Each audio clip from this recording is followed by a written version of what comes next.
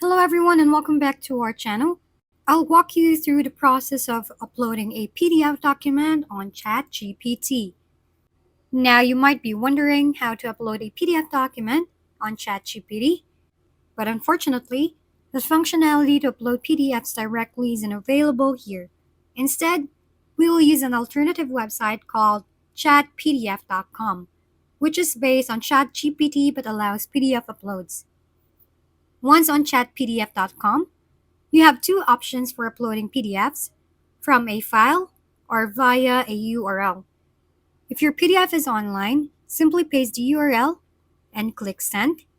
If you have a local PDF file, drag it on the website or click Browse My Computer to select it. The platform will analyze the PDF, and once complete, you will see the PDF on the left and the chat section on the right. You can then ask questions based on the PDF content, and the platform will extract relevant information. Thank you for watching. We hope this video helped you figure things out.